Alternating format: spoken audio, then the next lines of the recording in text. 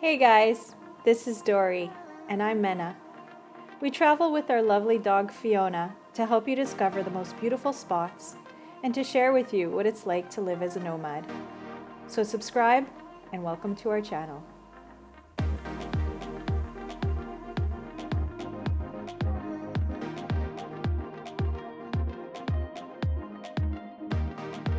Good morning and happy Father's Day. Today is Sunday, June 20th.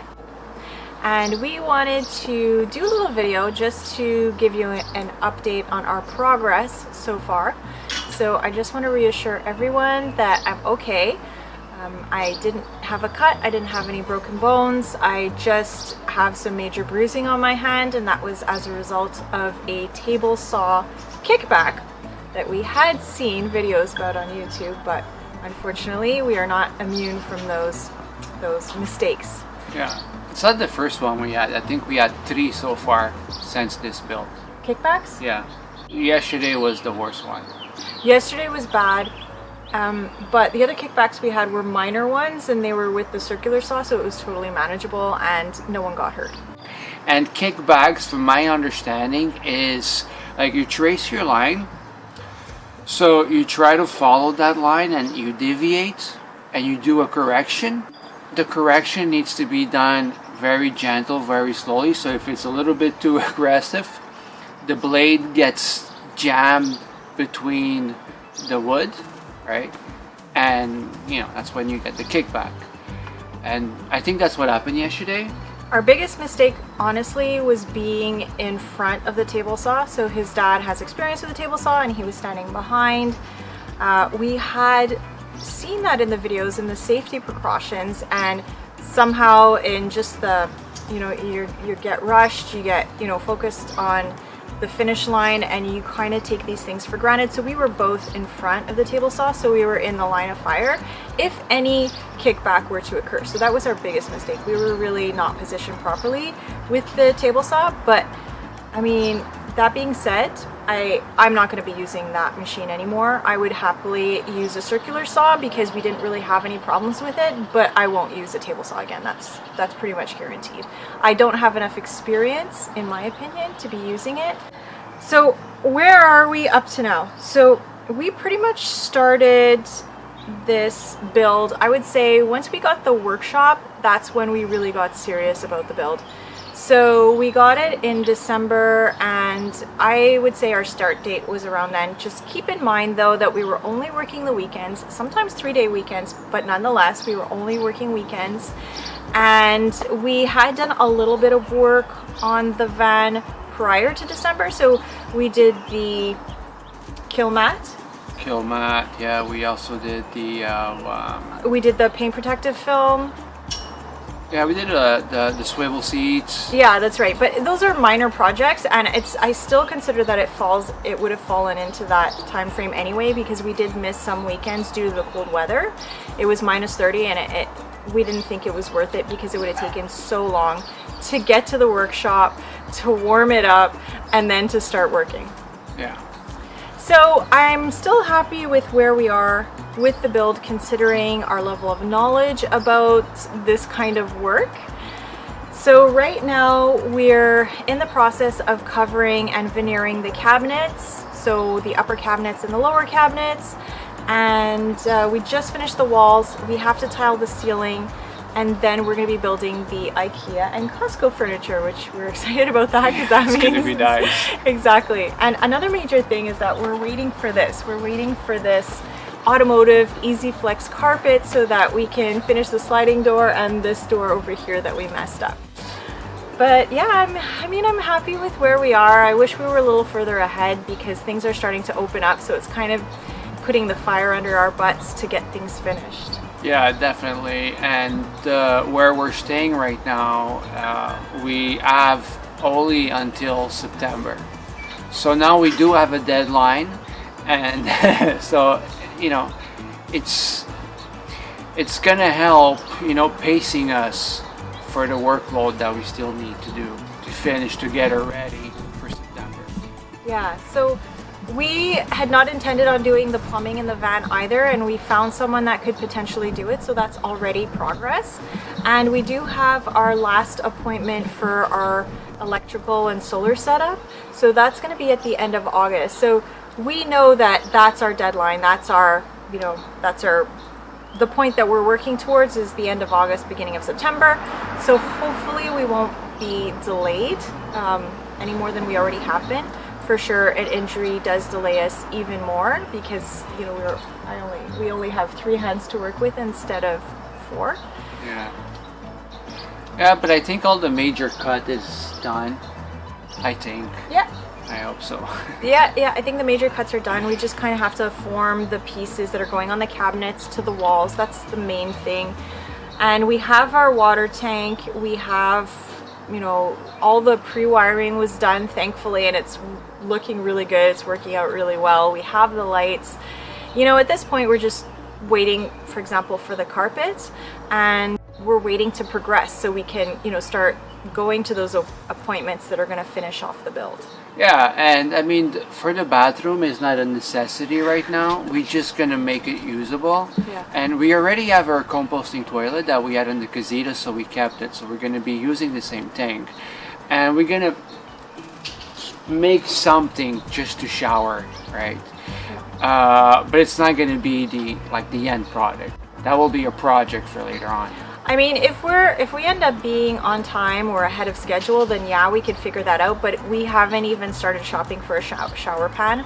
No. And the size is quite small. We're looking at 24 by 24, if that. So it is a small size, and we're not too happy about what's offered out there in terms of the flimsiness of the plastic. So of course, you know, when you're talking about a shower pan, you don't really want the potential for it to crack or break because, you know, we don't want any water leaks, obviously. So we got to do a little bit more research on that, on what materials we could use on, you know, we do want to get something that's specifically 24 by 24 that is a shower pan. That is the ideal. Or if we could find a laundry sink that's in stainless steel that has like high edges, that wouldn't be terrible too, but it's just not fitting the dimensions based on what I've seen so far. Yeah, but I mean, right now we just want to make it usable. For sure. Camping ready. I think that as we're traveling, we're going to be working on the finer details every single day. I think every day there's going to be like, oh, we have time, let's work on this. Or if it's a rainy day and we can't go on an adventure, that's going to be the time that we're going to be working on those little things. Difference of opinion on this one. I'm envisioning myself drinking beer by the beach. Yeah. She's envisioning working with the tools. Anyway, that's the end goal. But just to put this into perspective, we're like newbies. Like the biggest project we've done maybe was an IKEA furniture. We had 0 power tools, 0 knowledge. The only knowledge that we had was far out right and a couple of YouTube videos. And yeah, so come on, Zabi. I wanted to talk about a little bit of our experience so far in the van build and stuff that actually surprised me, you know, doing all this work. First of all, if somebody wants to do a van build, and I'm talking people that don't do this for a living, they're looking for a project, they don't have a lot of experience with wood, you know, they're like, oh, it looks interesting, I want to get into it. Well, this video is more for you guys. First of all, expect a lot of hours. so all weekends since December. So December, January, February, March, April, May. So 6 months worth of weekends. So, I mean, I figure we were working anywhere from 6.5 to 7.5 hours a day. We could just do the math from there. Yeah. So it's been a lot of work. The other thing is I'm sore all the time. It's been 6 months that I have been sore. And you finish working on a project, you're already working next weekend on another one, and you don't give yourself time to recuperate, you know. Just to give you an example, last weekend we were working in the cutting for the cabinets. Mena logged almost 12,000 steps. 12,000 steps. Going in and out of the van, in and out of the van, in and out of the van. So expect a lot of work. It's your body will get sore. Like when we did the floors, my knees were on fire, you know. So everything was on fire because you have to pass the rolls. So even my abs, I couldn't sneeze for days. Yeah, it was doing like an ab roller exercise the whole time. But I can say that if you get knee pads, that helps a lot. And I've been wearing them throughout the build because, you know, because I don't want to have little things like this. Yeah. You know what I mean? So I'm pretty good. I fared pretty well. The other thing is, now if you're alone doing it, expect it might be longer. If you're doing with two people, it helps a lot, but also you have to learn how to work together. You know, it's long hours. It's sometimes you're working on a project and you just go blank. You don't even know what to do next, you know, and sometimes one's going to be a little bit more tired and one's going to be a little bit more peppy, and it's going to be vice versa after. So there's a lot of ups and downs, you know, and this is something also we had to learn to work. Yeah. And I think, you know, starting the day with the right mindset is crucial. So if you're already starting the day on a sour note, or you're exhausted, or you're sore, or things aren't going right in your head, like from the moment you woke up, the day is going to follow. So do whatever you can to kind of get yourself into that zone, that happy zone, and it's going to make your build day so much better. Yeah. And easier. Everything's just gonna, you know, work like clockwork. And on those bad days, sometimes it's best to just say, you know what, let's close up shop and go home. Things are just not working. Give yourself the rest that you need and tackle it again the next day. Yeah, it's true. We did that many times and it worked good. And this is good because me and Mena, we're a little bit on the opposite sides. I'm like, you know, I stop when it's done, and she's a little bit different. Sometimes, you know, she wants to step away from it to come back the next day fresh. And it's good because we reach in the middle. Yeah. But by doing that also, your quality of job gets better. You know, you're less tired, you're less cranky, you just don't want to get it done, and you know, you just do it the right way. You're less prone to make mistakes if you take the time that you need to rest. And sometimes just, if you have a problem, you have to troubleshoot, sometimes sleeping on it is really helpful, and you just, you know, you wake up and those solutions are in your mind in the morning. Yeah, exactly. The other thing is that you know, at the beginning of the van build, you get subscribed to all these, you know, Pinterest, and you start watching YouTube videos of van build, and you're all excited and hyped, and I'm going to learn so much. Hold on, you get into these groups as well. Like, we're on many groups now, and they're super helpful, very, very helpful. You have questions you ask. Yeah. The downside about it is I tend to compare myself a lot to other people. Right, they're building, they started after us or before us, and they're almost done, and you see where you are, and you look at what they're doing and you see what you're doing. It starts playing, you know, mind tricks. At least for me. That's not my issue. My issue is that I get burnout. So when I was super pumped and watching tons of van videos before, when we're resting during the week, you know, between workshop projects, I don't want to see anything about vans. I don't want to hear anything about vans. I don't want to see it in my feed. I'm so burnt out and drained that I just need a time out and a break from seeing anything having to do with vans and thinking about the van. It really is, for me, necessary to take that break. So I don't really have the problem where I'm comparing myself with other builds, because listen, everybody's van is unique, everybody's situation is unique.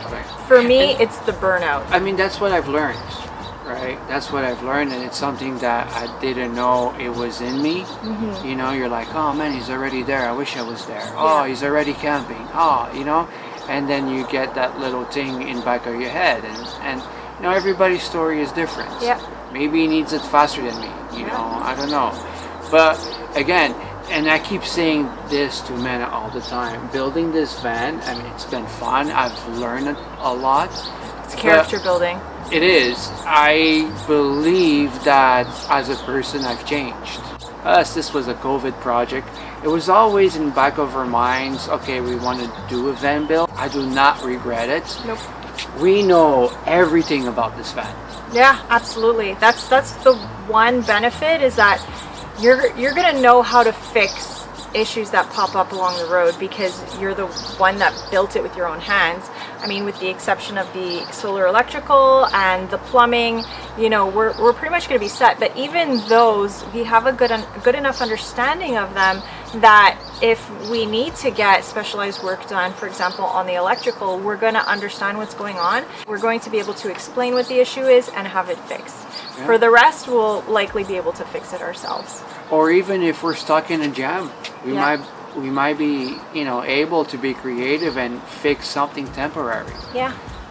So for that part, I'm so grateful. Like, I know everything. Even the day when we're gonna decide to sell the van, I mean, we're gonna be able to explain to the new people everything about it. Yeah. You know, some days are really, really fun. It's just right now I'm kind of shell shocked because of this injury. So my enthusiasm is like, what? But that happens, you know, your enthusiasm is high, then it dips, then it's high again, and then it dips. I mean, that's true of any project, right? So you just gotta persevere, and, you know, the next day is a new day. Tomorrow's a new day. It's gonna be better. Exactly. And again, budget-wise, I mean, we can go into great detail, but always have some sort of a budget. We do have a budget. We're not keeping track of where we want to end up, but I mean, we know where we're going to end up around. Yeah, around. And in there, when you make your budget, also put a small percentage for the errors you're going to make along the way. Like 10-15% aside for unexpected issues. Yeah. So like increases in material costs. Yeah, that was a lot. Which everyone has seen in North America, probably all over the world, just because the demand has increased so greatly. Nobody's traveling, everybody's doing renovations. So in turn, the, you know, demand affects the prices of everything. But luckily we bought pretty well everything that we needed already. Yeah, the most expensive thing. Yeah, like the lumber and the aluminum, we already got it already, and we got it at a pretty decent price. So we're pretty happy about that. Hopefully we won't have to get any more of those raw materials. I mean, I know we haven't finished the build yet, but to be camper ready, I mean, we're pretty close. We're getting close to that. Yeah. Our goal is to be as light as possible, and that's why we chose the wall panels, that's why we chose the aluminum. So we want to make it as light as possible so that we could fill it up with other stuff like water, you know, our stuff, the fridge, the laundry sink that we decided to put in.